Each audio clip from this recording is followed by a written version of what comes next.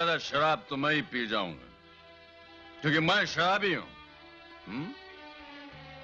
और वो शराब पीता हूं जो आप जैसे इज्जतदार लोगों की फैक्ट्री में बनती है। लेकिन मेरे शराब पीने से आप लोगों को इतराज क्यों? आज इस बोर्ड की मीटिंग में आप लोग क्या करने आए हैं?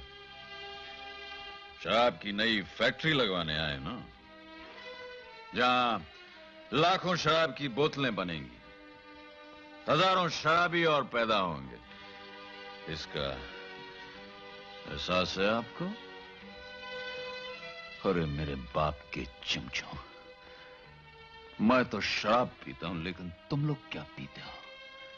इंसान का खून। विकी,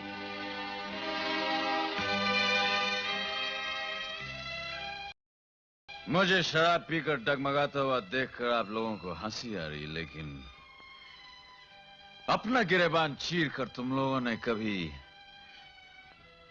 अपने ईमान पे नजर डाली? वो तो एक धुत शराबी से भी ज्यादा डगमगा रहा है। Vicky, will you keep quiet now?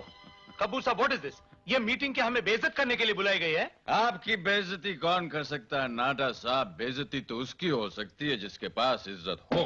This is too much. अब तो हद हो चुकी कपूर साहब। अब हम और नहीं सुन सकते कपूर साहब। आप अपने इस प्रोजेक्ट के लिए ऐसे आदमी चुन लीजिएगा जो आपके बेटे की गालियां सुनने के लिए तैयार हो। इसके बाद अगर मीटिंग होगी तो मेरे ऑफिस में होगी। चलिए।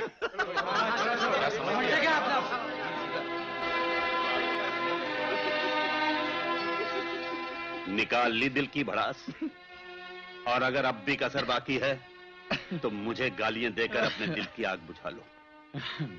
ये लोग जो अभी अभी सब उठकर गए हैं, कभी किसी की जुर्रत नहीं थी कि मेरे सामने सर उठाकर बात कर सके, और आज तुम्हारी वजह से ये लोग मीटिंग बर्खास्त करके चले गए। हाँ, ये तो वाकई बड़ा नुकसान हो गया डैडी।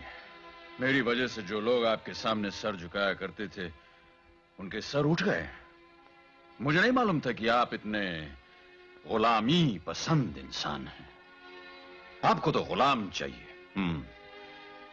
जो मशीन की तरह बटन दबाए तो चल पड़े और बटन ऑफ करे तो रुक जाए। आज की दुनिया में अगर जिंदा रहना है तो दुनिया के बटन अपने हाथ में रखने पड़ते हैं, वरना ये दुनिया जिंदा नहीं रहने देगी। हाँ डैडी, लेकिन आप एक बात भूल रहे हैं कि आप जैसे तमाम बटन वालों के ऊपर भी एक बैठा हुआ है जिसके हाथ में मेन स्विच है। जिंदगी, तकदीर, ये सब असली करंट तो वहीं से आता है। उसने अगर किसी दिन मेन स्विच ऑफ कर दिया तो? मैं तुमसे बहस करना नहीं चाहता। आज तुमने मेरा बहुत नुकसान कर दिया है।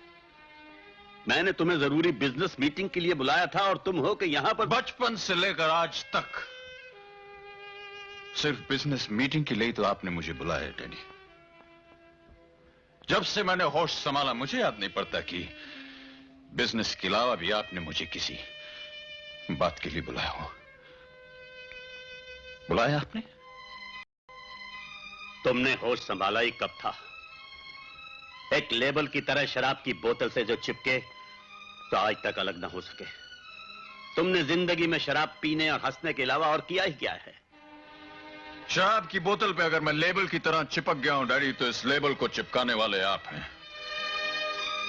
और जहां तक हंसी का सवाल, मैं आपको बता दूं डैडी कि आज तक मैं अपनी जिंदगी में कभी हंसा नहीं हूं। मैं तो दुनिया की खोखली हंसी पर कह कह लगाता रहा हूं। आपने तो दूर से सिर्फ उन कहकों की आवाज सुनी है, कभी करीब आकर के उन कहकों में बंद छलकते आंसू नहीं देखे। ये कह कहे, आंसू, जज्बात, ये बेकार और नाकारा लोगों की बातें हैं। मेरे पास इन चीजों के लिए फुर्सत नहीं है। और फिर तुम किस बात पर आंसू बहाते हो? कौन सा सुख नहीं है तुम्हारे पास? क्या कुछ नहीं दिया तुम्हें? हाँ डैडी, आपने मुझे वो सब दिया जिसे बाजार से खरीद के घर में सजाया जा सकता है, मगर वो सुख कभी नहीं दिया जिसे एक दिल में सजाया जा सके। तुमने फिर वही बातें शुरू कर दी। मैंने कितनी दफा कहा है कि ऐसी फजूल बातों के लिए मेरे पास वक्त नहीं है। ठहरिए डैडी, जहां इतनी फिजूल बातें हो चुकी हैं वहां थोड़ी और सही। आपको देखकर मुझे उस राजा की कहानी याद आएगी जिसे यह वरदान था कि वो जिस चीज को छू लेगा वो सोने की बन जाएगी। एक दिन गलती से राजा ने अपनी औलाद पे हाथ रख दिया और वो सोने की बन गई। राजा बहुत रोया, लाख बचता है, लेकिन फिर वो पुतला इंसान नहीं बन सका। आपकी कहानी भी यही है डैडी। इसीलिए आपने बचपन से लेकर आज तक मुझे अपने से दूर रखा, कभी करीब नहीं आने दिया। आपने तो वो गलती भी नहीं की जो उस राजा ने की थी। न कभी मुझे गोद में उठाया, न कभी सीने से लगाया, क्योंकि आपको यह डर था कि कहीं आपने मुझे छू दिया तो मैं भी सोने का ना बन जाऊं। मैं सोने का बन गया तो मेरे नाम पर आपने ये जो करोड़ों का कारोबार शुरू किया हुआ है, इसके कागजात कौन साइन करेगा? आपके चेक्स कौन साइन करेगा? डैडी,